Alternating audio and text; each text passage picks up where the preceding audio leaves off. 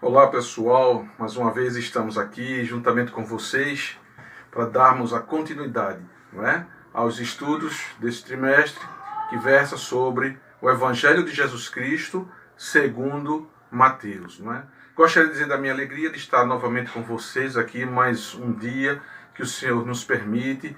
E nesse dia nós nos alegramos, nós nos regozijamos no Senhor, porque esse foi mais um dia que fez o Senhor. Não é? E na continuação dos estudos, hoje estaremos estudando a lição de número 8, que tem como título Exortação sobre o fim dos tempos.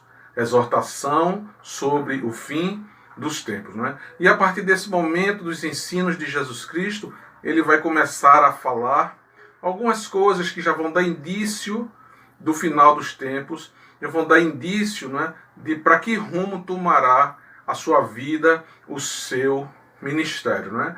Então Mateus continua registrando os acontecimentos, os ensinamentos de Jesus Cristo durante aquele período em que ele esteve conosco. Não é? E a lição dessa manhã vai ser sobre os capítulos 16 e 17. Lembrando que aqueles que perderam algum dos estudos, eu gostaria de dizer que esses estudos eles estão lá, né, disponibilizados no meu canal, Albede Ferreira, no canal do YouTube, e vocês poderão acompanhar as lições anteriores. Além do que lá também você vai encontrar outros estudos de outros temas, cartas de Paulo, por exemplo. Então lá você vai ter uma série de vídeos contendo estudos diversos. Né? E à medida que nós vamos acompanhando, vamos continuando em meio a essa pandemia, em que as igrejas, né, os irmãos estão impedidos de se deslocarem ali até a igreja, até o templo, gostaria de dizer que nós procuramos preservar e garantir os estudos da palavra de Deus através dessas videoaulas. Não é?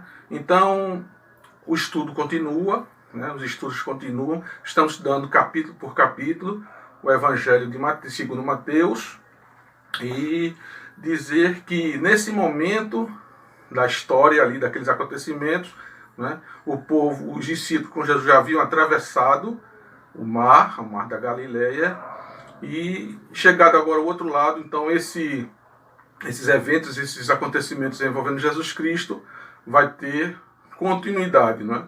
E durante o seu ministério, durante a consecução dos ensinamentos de Jesus Cristo, do ministério de Jesus Cristo, ele vai encontrar alguns obstáculos. E aqui nós vamos perceber mais uma vez os líderes religiosos provocando Jesus Cristo. Eles estão lá de todo jeito provocando Jesus Cristo para ver se encontram ali uma maneira de prender Jesus Cristo. Não é?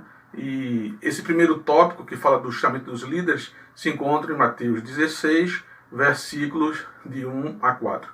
O interessante falar desses dois grupos, que haviam vários grupos ali em Israel, no meio da sociedade, mas basicamente esses dois grupos eles se destacavam, né? São os saduceus e os fariseus. Os fariseus, um grupo de cunho religioso, enquanto que os saduceus eram um grupo mais político, né? Um grupo mais politizado. Então Jesus Cristo, nas suas ações, Jesus Cristo, no seu discurso, nos seus ensinamentos, ele afetava, né, diretamente essas duas áreas da vida civil, da vida social daquele povo ali de Israel, que era a questão religiosa, encarada pelos fariseus, e a questão social, encarada pelos saduceus.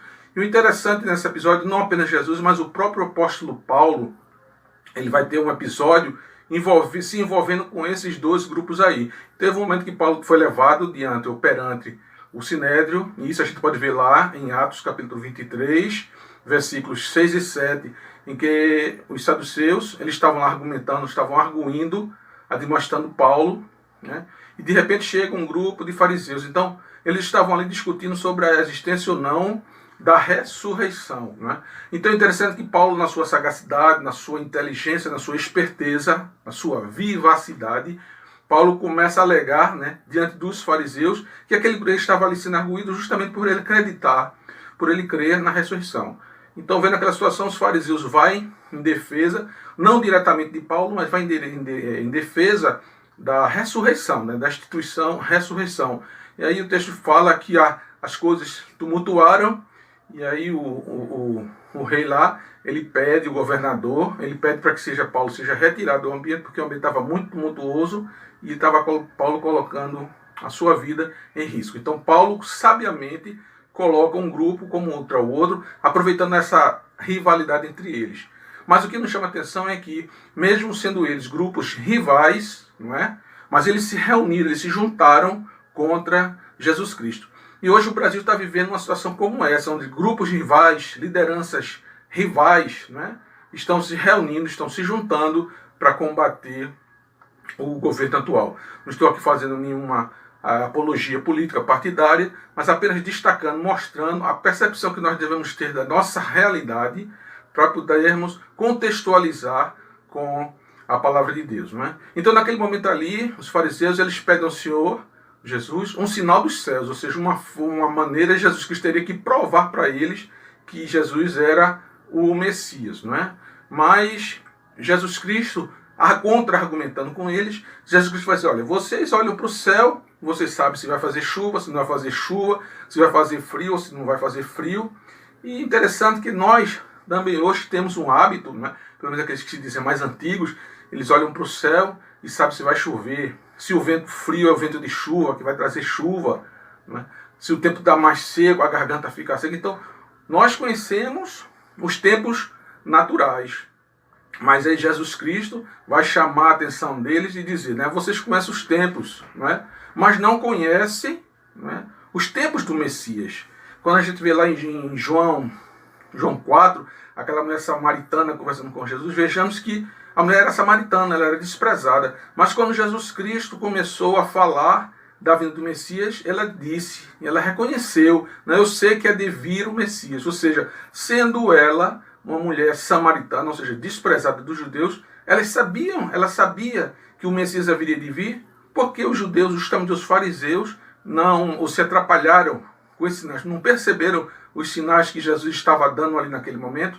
É incrível isso, mas assim aconteceu. Então Jesus Cristo vai se voltar para eles e vai dizer, olha, vocês são uma geração de infiéis, vocês são uma geração má e adúltera. Né? E o adultério aqui não era o adultério entre marido e esposa, entre esposa e marido, não. Aqui o adultério se referia à infidelidade de Israel para com Deus. Né?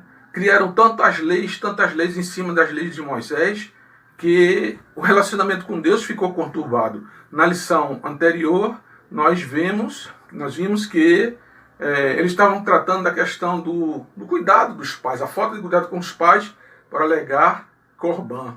Né? Então, eles estavam adulterando, né, a palavra de Deus, a lei de Moisés naquela época dali. Então, Jesus Cristo chama a atenção deles, chamando de geração de infiéis, uma geração adúlteras. E o que o Senhor Jesus vai deixar justamente para eles é o sinal do profeta Jonas. Arrependei-vos.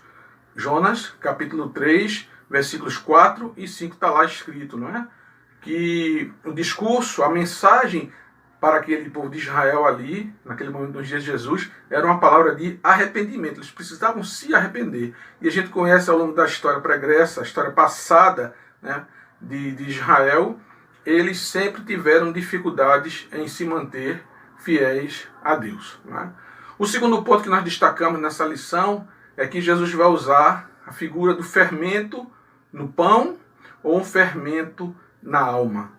Mateus 16, de 5 a 12. Ou seja, o que deveria se fazer crescer, né, o fermento, era o fermento lá do pão ou o fermento da alma, do espírito.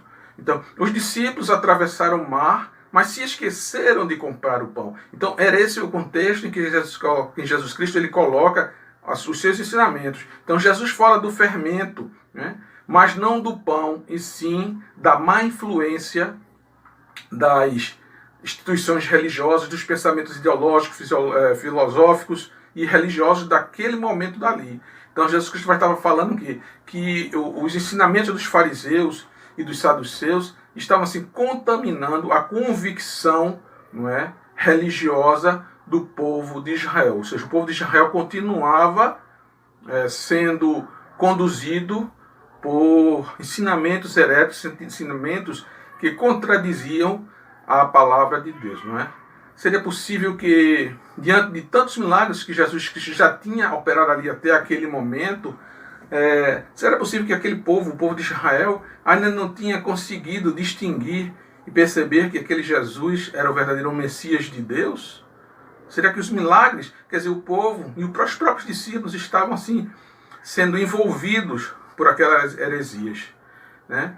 E nós hoje percebemos o que em nossa religiosidade, em religiosidade do povo brasileiro? Nada mais é do que religiões infiltradas, misturadas. É um sincretismo religioso, né, entre o cristianismo e tantas outras formas de compreensão, entre aspas, da vontade e do plano de Deus. Então, precisamos estar mais do que nunca atentos. E nesse momento de pandemia, em que, no afã de conquistar novos seguidores, novos discípulos, novos membros, não é? Aumentar o plantel das igrejas, precisamos estar atentos às influências que estão ali, né? Os modismos, os achismos. Então, como povo de Deus comprometido com a palavra, precisamos estar atentos a esses detalhes também. Porque antigamente havia a perseguição pela força, pelo perigo de morte, como nós sabemos,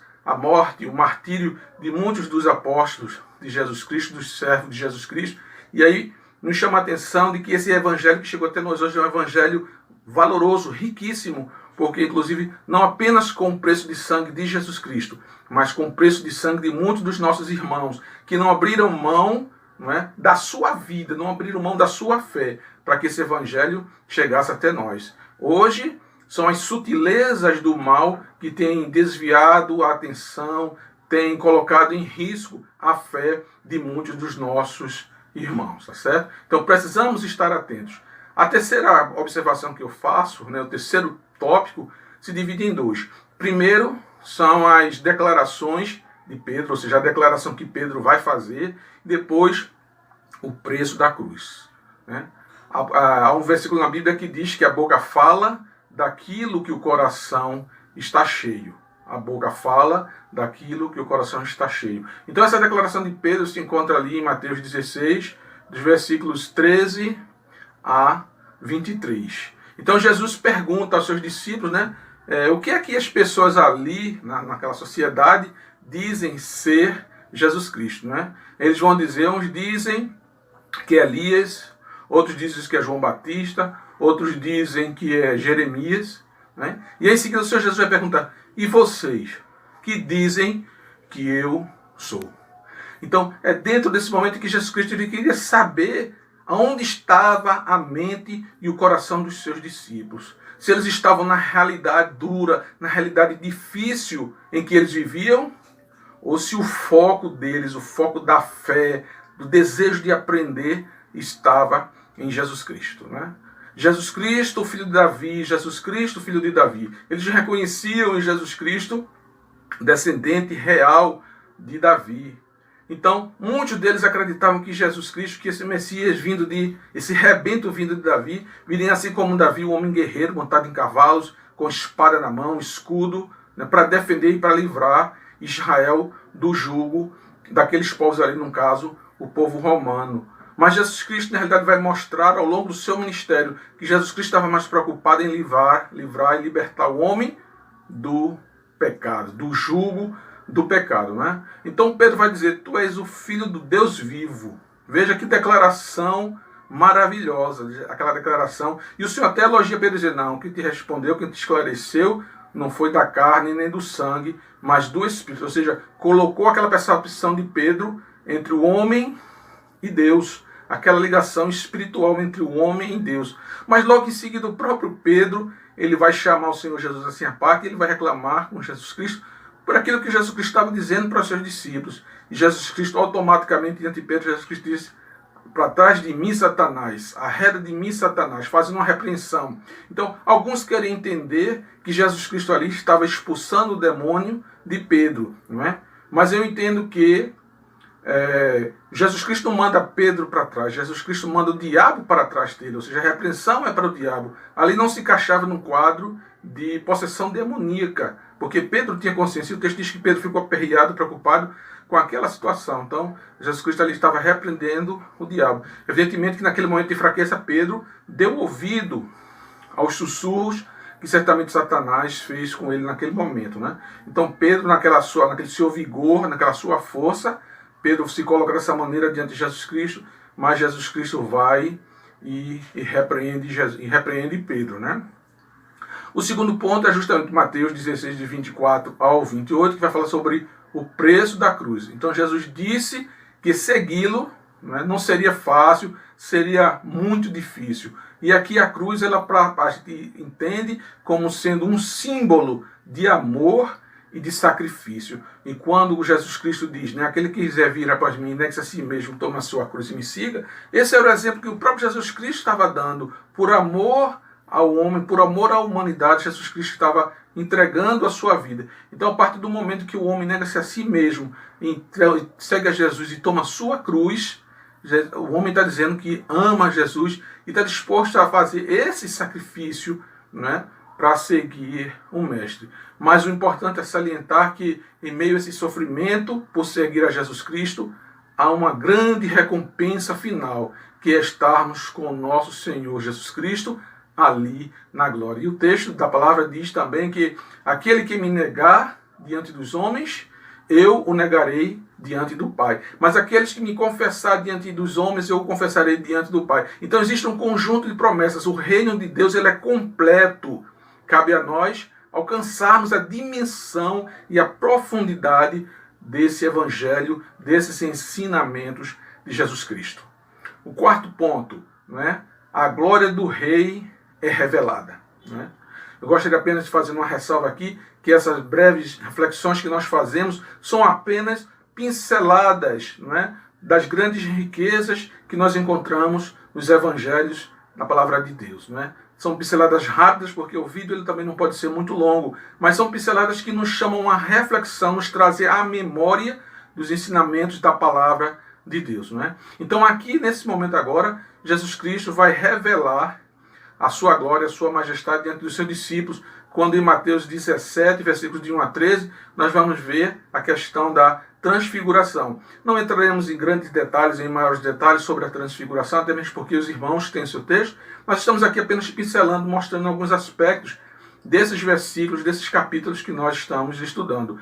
Então ali, Jesus Cristo chama Pedro, João e Tiago, né, para que subam ao monte para orar com eles, né? E naquele momento ali em que eles estão reunidos, eles estão juntos, o rosto de Jesus Cristo, o corpo de Jesus Cristo, ele se transfigura, então há aquele grande brilho. E eu gostaria de destacar, né, nesse texto, e o texto diz que não apenas o rosto, mas as próprias vestes de Jesus, elas refletem muita luz, né?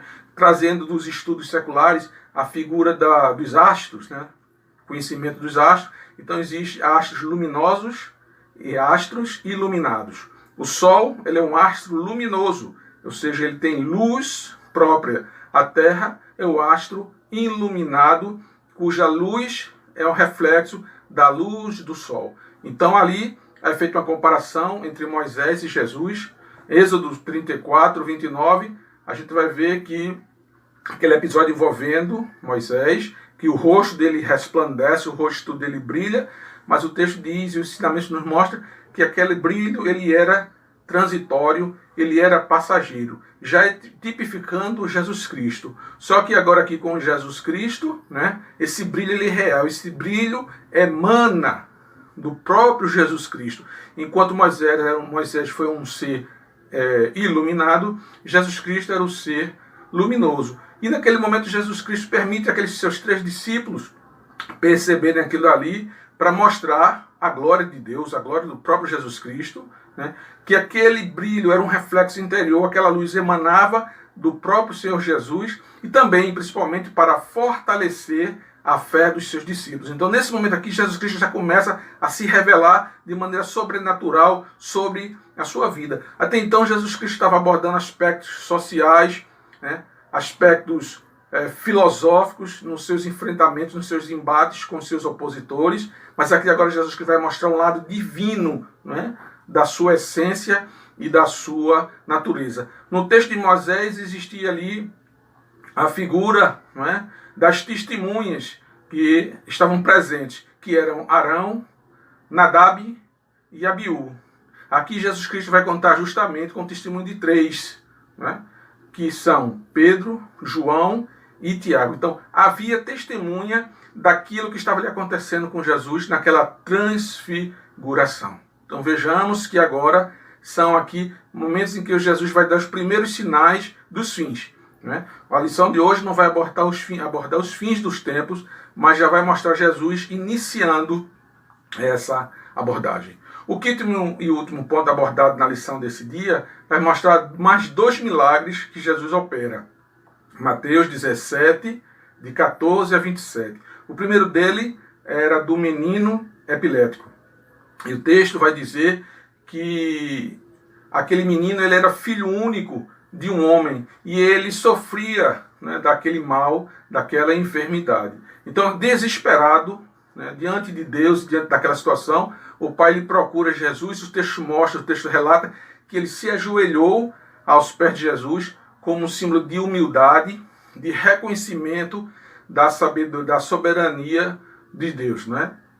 Então, ali os discípulos, eles precisavam perceber aquilo que estava acontecendo, a grandiosidade de Jesus diante daquele homem, diante daquela situação. Então, diante da sua fé, da fé daquele homem, Jesus vai e cura aquela criança. Mais uma vez, Jesus Cristo dá exemplo, dá testemunho, né, do seu poder sobre as enfermidades, o poder para curar, o poder para salvar, o poder para libertar. E eles acreditavam que aquelas manifestações de possessão demoníaca, de enfermidades, era proveniente do pecado do homem. Não era bem assim. Mas já que eles acreditavam assim, Jesus Cristo vai justamente operar maravilhas de cura na vida daquelas pessoas, mostrando que se aquilo ali era uma questão espiritual, Jesus Cristo curava e libertava espiritualmente. E o segundo episódio é o episódio do imposto da moeda na boca do peixe. Não é? Então veja ali que Jesus Cristo manda, né, diante da cobrança dos impostos, quando os fariseus perseguindo os discípulos de Jesus, ele vai perguntar se Jesus Cristo pagou os impostos, ou o imposto. E o imposto ali na ocasião era de duas dracmas. Então, Jesus manda que Pedro vá até o mar com a vara, com o anzol, e pesque um peixe. E o incrível está justamente nisso. Jesus Cristo, sabendo que Pedro era um pescador, facilmente Pedro poderia pegar o seu barco, sua rede, e lançar ao mar, e ali ele retiraria não apenas um peixe, mas um cento de peixes, 50 peixes, quantos peixes fossem. Mas Jesus Cristo diz, vai com o anzol, ou seja, era um peixe específico. E Pedro vai, pesca aquele peixe, e quando Pedro abre, está lá um estáter, né? Era um valor de uma moeda, um estáter, que equivaleria a 4 dracmas. Então Pedro vai, pega aquela estáter, aquela moeda, e entrega lá e paga um imposto. Se eles cobravam 2 e Jesus Cristo mandou 4, então estaria pago ali o imposto de Pedro, o imposto de Jesus Cristo. Né? Então Jesus Cristo, ele compartilha dos seus bens, ele compartilha das suas dádivas. Então, compartilhando daquilo ali com os seus discípulos, o Senhor Jesus vai mostrar que Jesus, ele tem um compromisso com o que é real, com o que é sagrado. E para concluir, gostaria de dizer que há uma contagem regressiva para a vinda de Jesus Cristo, para os dias de Jesus Cristo. Não é? É hora de nós anunciarmos Jesus Cristo como Senhor, como Salvador, com a mensagem de esperança, mas acima de tudo, com a mensagem de arrependimento. Arrependei-vos. Oremos. Amantíssimo Deus e soberano Pai, buscamos, ó Senhor, nesse momento a Tua presença. Te agradecemos, Senhor, pela manhã deste dia. Guarda, Senhor, em nossos corações e nossas mentes as Tuas palavras, Senhor, para que nós não pequemos contra Ti. Fica, pois, conosco, em nome de Jesus Cristo. Amém, Senhor. Muito obrigado, meus irmãos, por mais um dia, por mais uma lição. Lembrando que, se você vai lá no YouTube consultar o nosso canal, lembre-se de dar o seu like, né? Compartilhe, acione lá o sininho para que para quando nós colocarmos os vídeos, vocês tenham acesso a eles, né? Inscreva-se no canal, né? Faça sua inscrição, porque aí você vai ter essa... Mas, acima de tudo, né, compartilhe com outros essas lições, esses estudos, para que outros também tenham essa mesma oportunidade que nós, né? Fiquemos, pois, na paz do Senhor. Até o próximo domingo, assim o Senhor queira.